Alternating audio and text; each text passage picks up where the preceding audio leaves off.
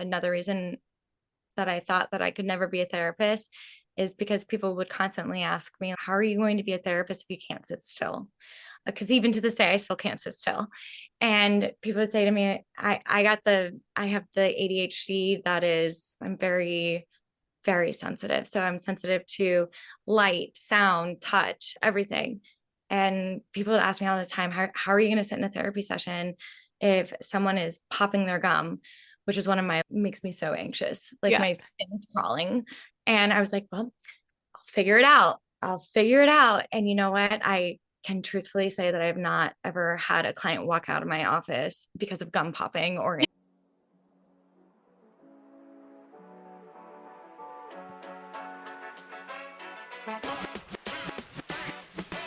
Hey everyone, I'm Megs, and you're listening to the Mindful Megs podcast, Organizing an ADHD Brain, where you will hear stories from me and others on how we organize both our brains and our lives while living with ADHD. We talk about how ADHD can be your superpower if you know how to harness it. I found out I had ADHD 2 years ago, and it was very difficult for me to find acceptance. Now that I know so much, I want to share what I know and help others understand that this diagnosis is not your downfall. It's a eureka moment where you can now understand how your brain operates and how to figure out how to thrive. You can expect to feel inspired, like you're not alone, and learn about so many of the incredible organizational tools there are to help your head stay on straight. Thank you so much for tuning in. Hey everyone, welcome back to part 2 of my interview with Bailey Pilot. I'm super pumped to bring you this second part, and she's got some really insightful information about ADHD and how it affects women. So I highly recommend go checking out her TikToks and her Instagram. She's always posting videos. I am so impressed with her. So today we continue our interview with talk about getting up early in the morning, which is typically not common with people with ADHD. She talks about going to the gym. I actually pulled the end of our first part of the interview and stuck it onto the first part of the second interview just so that everything would have continuity here. We talk a little bit about parenting and ADHD, and I share about my daughter who we think has ADHD. And it's been so interesting learning so much about myself so that I can show up and be a better mom to her. We talk briefly about that. I'd love to do more on the topic. And if you guys are interested and have questions, I'd love to do some more research. So share with me what you want to know, and I can totally do another episode on that. I mentioned Neurodiversity Week while we had this interview. I actually recorded this interview with Bailey weeks ago. So this was earlier in the year, but there are a ton of different celebrations throughout the year. So April specifically is a celebration of autism. We're now in May, so happy May 1st. And there's a ton of people talking about and advocating for people with neurodiverse brains out there. It's pretty fascinating because when I first stepped into this space, I was like, who's having this conversation? Is anyone having this conversation? And the answer is yes, so many people. And so now that I'm in this space, I'm so proud to be surrounded by people who are changing the narrative with ADHD and want to help people see it as a superpower or as a way of understanding that you're not broken. We talk about that a lot in this episode, that your brain just works differently. And there's absolutely nothing wrong with that. You just have to learn how your brain works so that you can work alongside it and stop trying to do things that work for other people that might not work for you. There's nothing wrong with trying new things and different things that can help you. Bailey also jumps into talking about therapy and what she does as a therapist, helping organize people's brains when they come to see her. And I love that aspect. When you have ADHD, oftentimes you have so much going on in your head. It's fast, fast, fast. We're always on to the next thing that we're thinking about. Or I know that I have trouble with catastrophizing situations. I'll take something, I will take it to the next level of like what could happen or worrying. It's so interesting being able to work one on one with someone who can help you organize your thoughts in a way that you understand your own tendencies so that you don't take yourself to dark places. You don't take yourself to places that can tear you down. So I highly recommend therapy for anyone looking. And Bailey is accepting new clients in the state of New York. The last part of this interview, Bailey dropped some beautiful words for those of you that are just finding out that you have ADHD, or honestly, it just felt so good to hear it. As someone who was late diagnosed myself, I'm still working through understanding what that looks like. And I'm so excited. I just really am. This week has just been kind of crazy, and I hope y'all are doing really great. I'm just here to remind you that it's okay to stop and take care of yourself. Sometimes when our brains won't stop, we feel like our bodies can't stop and that we need to continuously do things to make us feel better. I was even talking to someone yesterday about how if you're sick and your brain just keeps going, it almost feels like we need to go and do all of these things before we can sit down and rest. Except that once we get up and do all the things and then we rest, there's still other things to do. It's not like we're ever going to be done doing the things that are on our to-do list. And when we actually take time to give ourselves the space to rest, it takes us to the next level as far as loving our own bodies, which helps us show up better for other people. So thank you for all of your support. Without further ado, I am here to bring you Bailey Pilot Part 2. Take it away. We've developed this habit where we get up in the morning and the first thing we do in the morning is we go to the gym and we work out. And that has been game changer for me, getting up and going to the gym, because it gives me one, when I get to the gym, I'm still not even fully awake. I'm still processing, but it gets me moving and it gets me like my body active, and it really starts to set the tone for my day. And when you work out, you release endorphins, the happy feelings. So if I get up and go to the gym and I'm working out and I'm releasing all these happy feelings, I'm more likely to have a better day. And then on top of that, there's so much research out there that has said that for up to like 30 minutes, 20 to 30 minutes after work exercising, ADHD executive functioning increases. So yes, yeah, that's why we do it, because we didn't know this. I think it just was, we didn't make the connection until I started doing all this research and was working towards my certification. I was like, oh my God, that's why we do it. That's why we get up, because everyone thinks we're crazy for getting up and going to the gym every day. And I was like, no, that's why, because it literally helps both of us get out the door on time. It helps us Yes. organize our morning so that we can do what we need to do. I get up at 5 a.m. every single morning, and I've never been a morning person. People look at me and they're like, I'm not a morning person. I'm like, me freaking neither. But I'm telling you about this because I think it's important. And I used to stay up so late. And part of it, and I've read now that it's because you're so overwhelmed sometimes from everything happened during the day that you're not ready to go to sleep because you know that the next day is going to come so fast. Yeah. I've been getting up at 5 a.m. for over a year now. I actually just started moving it to 4:30 because I was like, I need more. I need more time in the morning. I get up and I meditate and I journal and I do gratitude, and then I'm always learning something. I actually color. So I'll put something on so that I can listen, but then I color so that my hands are doing something so that I am not trying to go on my phone or anything like that.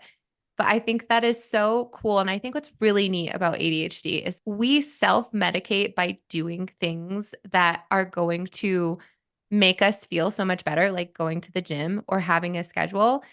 But until we realize that this is something that actually promotes our brains working better, we're like, oh, we've already implemented that. Like that's a tool that I've been using for so long. And I Yeah. didn't realize how much my brain was just craving it. And it's something I need to do to thrive. When I first found out about ADHD, I had so many preconceived thoughts about what it was and what it was like. And now that I know so much, it's almost hard for me to talk about because I feel like everyone already knows, but there's still so many people out there saying, "Oh, you're hyper?" No, I'm a human and I am an adult and a mom. And so, when you work with people for the first time with ADHD, as a medical professional, you're working with them to understand what it is, right? And kind of work through the process of accepting. And then do you also coach them through how to manage it? Yeah, there is coaching through how to manage it. The short answer is yes, but I also like to say yes and because I don't want people to get confused with what that means because oftentimes when we hear coaching or a lot of therapists who claim to work with ADHD heavily rely on what's called cognitive behavioral therapy. And that requires changing our thought patterns, or there is also a part of cognitive behavioral therapy is also just behavioral therapy. And there is this stigma in therapy world that behavioral therapy is the best form of therapy for ADHDers. And in my experience and in my work with especially women who are late diagnosed ADHD, is that is not the best therapy for them. And what I do when it comes to teaching women how to manage their ADHD is actually teaching them to acknowledge and start working with their brain, not against their brain. So a lot of my work is deconstructing and getting rid of the idea that we have to do things the way that other people do things, but instead adapting things to be done in a way that makes sense to us, but we're still getting the same thing done. It makes 1,000,000% sense. I was just thinking of an example. My daughter is having a really hard time reading right now, and she's in first grade. And the teacher reached out to me and she shared with me an experience where my she kind of just shut down at school. And oh my gosh, she's my sweet angel, so can obviously do nothing wrong. And I was really concerned. And this kind of hit the nail on the head. I've thought that she's had ADHD for a while. We haven't gotten an official diagnosis. But when I started talking with the teacher, I said, I think she might have ADHD. Is it okay if she brings a fidget toy to school and sees how we can work with that and what that looks like? She's like, yes, anything you think might help her in her learning so that she can grow and I can support all the way. I even offered to buy fidget toys for the entire class. She's like, no, it's fine because she said that they talk to the kids quite often about how not everyone's going to have the same learning style as you. So if someone's playing with something so that they can stay focused, that is their way of doing it. You don't necessarily need that depending on what you're working through. So I think that that's really, really cool that you're teaching women how to do that because I'm still learning myself. And I'm really proud to be teaching my daughter because the truth is I don't know what to do for her sometimes. And I'm learning and I'm going to put my best foot out there every single time. I think So it's really important what you're doing. thank It, you. it is. I think what's beautiful about seeing women who are moms getting these late diagnoses and going through this self discovery is in a lot of ways, I'm sure you've probably recognized this, is you're undoing a lot of the harm that was done to you. Yes. And gosh, that's hard. I've been thinking about that more and more lately because it's easy to watch a TikTok video and be like, oh, what a great idea. I would love to parent that way. But when you've learned how to parent a certain way your entire life, Mm. it's very hard to teach yourself a new way when it's not what you've known.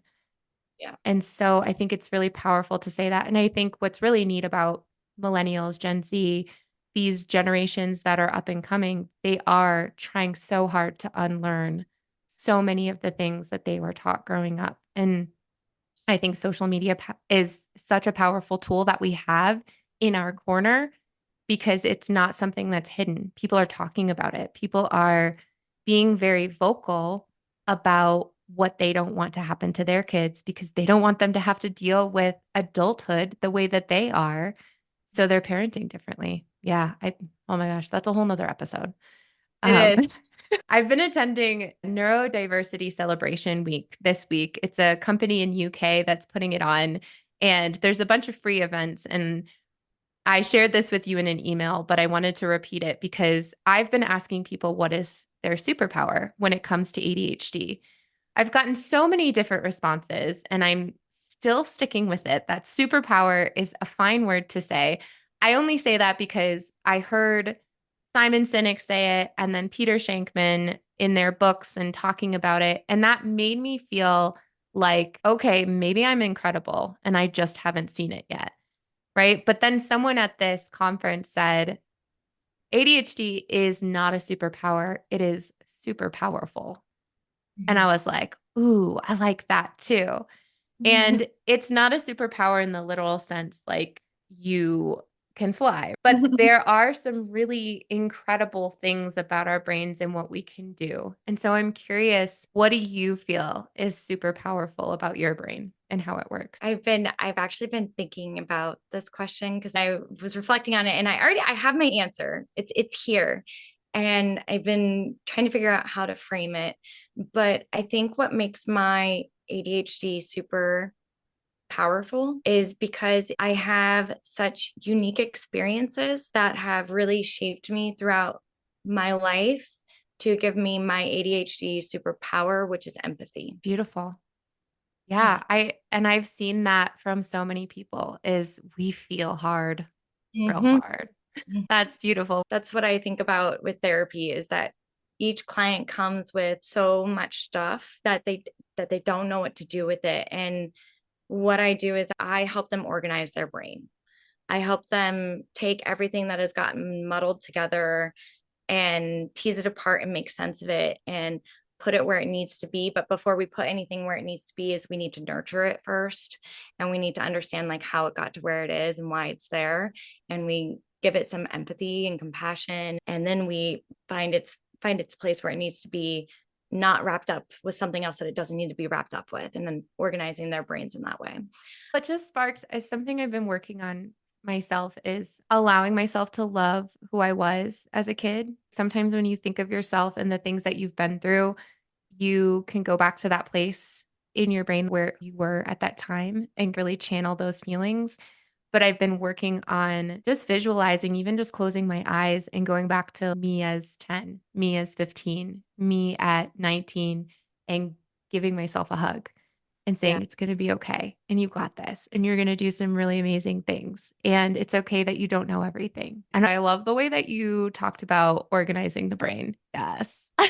And there's like when we have more structure in our lives, organizing our day, organizing our stuff, organizing our brains in a way that really just helps us understand it more. I just feel like I've been able to understand things in a way that I never really understood before. And I think it's because of ADHD, because like my brain will take me on these trails to understand my life in a way that I've just never really even thought to go down before. And I think that's one of the powers that I have. I totally agree with that. You know, I left this out earlier, but another reason that I thought that I could never be a therapist is because people would constantly ask me, how are you going to be a therapist if you can't sit still? Because even to this day, I still can't sit still. And people would say to me, I have the ADHD that is, I'm very, very sensitive. So I'm sensitive to light, sound, touch, everything. And people would ask me all the time, how are you going to sit in a therapy session if someone is popping their gum, which is one of my makes me so anxious. Like Yeah. my skin is crawling. And I was like, well, I'll figure it out. I'll figure it out. And you know what? I can truthfully say that I have not ever had a client walk out of my office because of gum popping, and no one has walked out of my office because I move around a lot. And if anything, we find it as a way to relate, but also to help normalize that we don't have to sit still to be in therapy. Yeah, I like that so much. I play with silly putty. I literally been doing it the whole time, but I pop it. So especially when I'm doing a podcast interview, I have to remember like, Megan, stop popping it. You can't do that. Oh my gosh. One thing that you said is about social media and how powerful it is, and the generations of mothers really, and well, parents, mothers and fathers, trying to be different parents and be in these involved parents and learning to parent your daughter who potentially has ADHD. My my dad unfortunately passed away, but my mom, she is on social media, and she is one of my biggest fans on my TikTok and my Instagram. And same with my two younger siblings. And what's so funny is the more that I post and educate about ADHD, the more my mom goes, I get it now. I understand it. I understand myself now. I understand you now. And I understand what you needed from me. And I didn't know how to give it to you. And so that reparenting can even happen into adulthood. But I think that's really, even though I'm her daughter and, I'm posting on social media and she's watching the videos to support me, but she's not just watching the videos to support me. She's watching the videos and she's taking in this information and she's reflecting and she's coming back to me and she's reparenting me as an adult. Oh my gosh. I'm holding back tears. That's beautiful. What a cool way to reconnect with your mom in a way that she truly sees you. I started this podcast and I have this business, and I also teach this course on infinite possibilities. And it's just about like learning how to believe in yourself and not talking negatively to yourself. So there's a whole nother thing. But I asked my family, it's been a month since I launched my podcast, and I was like, what do you guys think? And no one's listened to it. And I don't feel bad for myself because I've got amazing, like my mother-in-law listens to every single episode. Freaking love that. My sister-in-law has listened to almost every single episode. My husband is my biggest supporter. And as the youngest in my family, I feel like I haven't ever been seen by my family. And I think that's a lot of where I tried to cope in other ways. And so I think it's absolutely incredible that your mom listens to your podcast and is able to reflect with you on so many of the things that she's learning. And that's what I love about the generational connections that we have. I am a firm believer that we should not be against each other. We should all be working together for this greater purpose in the world. We can learn so much from the generations that have been here for so long. And then they can learn so much from the generations that are growing. And if we work together, there would be so much more beauty in this world. Anyways, that is dreams. I feel that with you. Yeah, I agree. That's so cool. Oh my gosh. Okay. When it comes to women or anyone finding out that they have ADHD for the first time, what is your advice to them? My advice to them, my advice to anyone finding out they recently got diagnosed, you're not broken.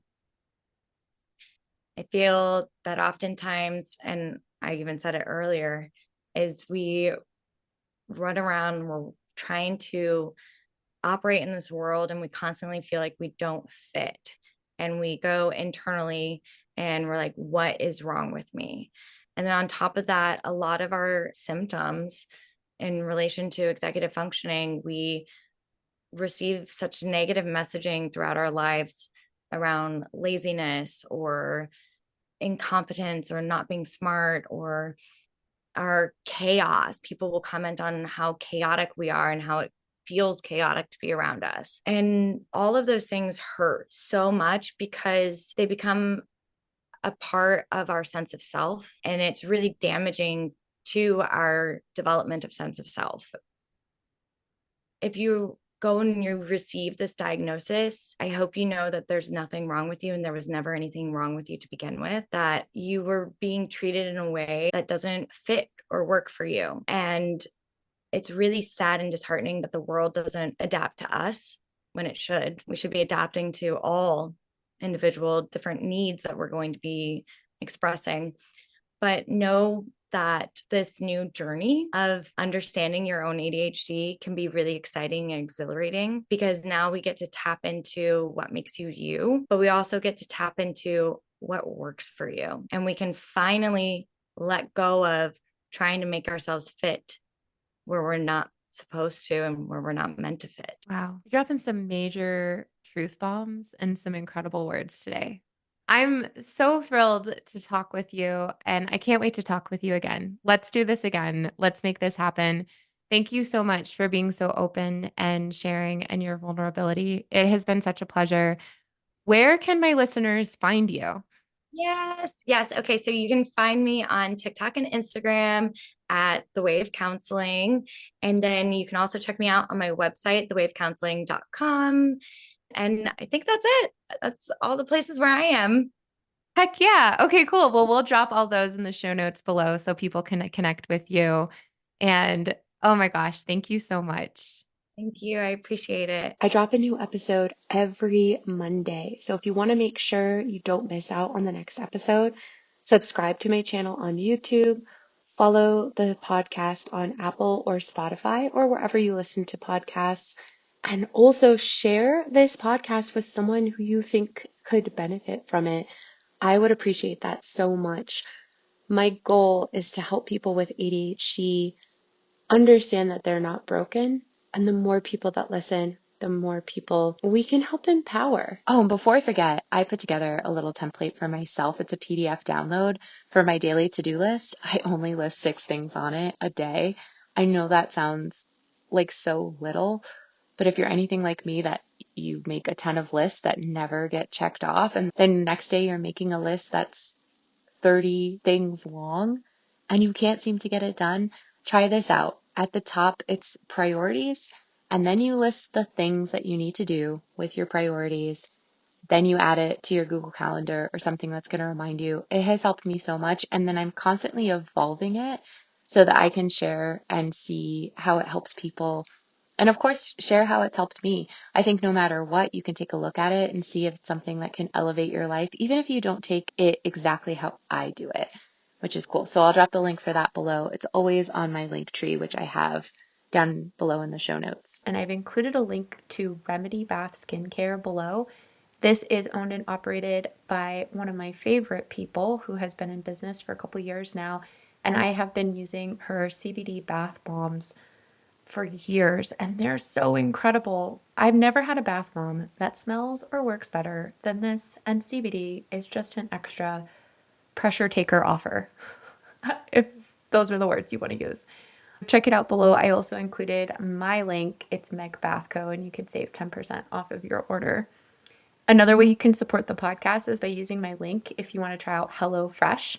It's an amazing way to automate your grocery shopping and try new foods. It takes so much of the thinking out of planning for the week. My ADHD brain has been so appreciative of HelloFresh. We've actually been using for I think all of 2024 now. We've tried so many new foods, some that we didn't like as much as we have liked, but oh, so many amazing flavors. And I'm so thrilled to not have to think ahead to try to figure out what's for dinner, especially when my husband and I are managing jobs and then, of course, our kiddos at the same time. I want to reiterate, I am not a doctor, and most of the people I talk to are not doctors or medical professionals. What's really important here is that you shouldn't be using the show to diagnose. I wanted to make this show available to people who wanted to be able to relate to other people like them. I know I needed this tenfold when I first found out that I had ADHD, and I didn't know there were so many other people out there who had either gone through similar circumstances or were going through them at the same time as I was. So if this helps anyone feel like their brain works like other people's and we can relate to something, if you're trying to figure out if you have ADHD or not, please talk to your therapist or a medical professional so that you can truly understand what kind of options you have out there for support and, of course, for medicine. And then come here as you're along the ride for the journey and listen to people who are going through similar circumstances and understand that it's not a one-size-fits-all sort of diagnosis. There's so many options and opportunities out there for you. Thank you so much for tuning in, and I can't wait to hear from you.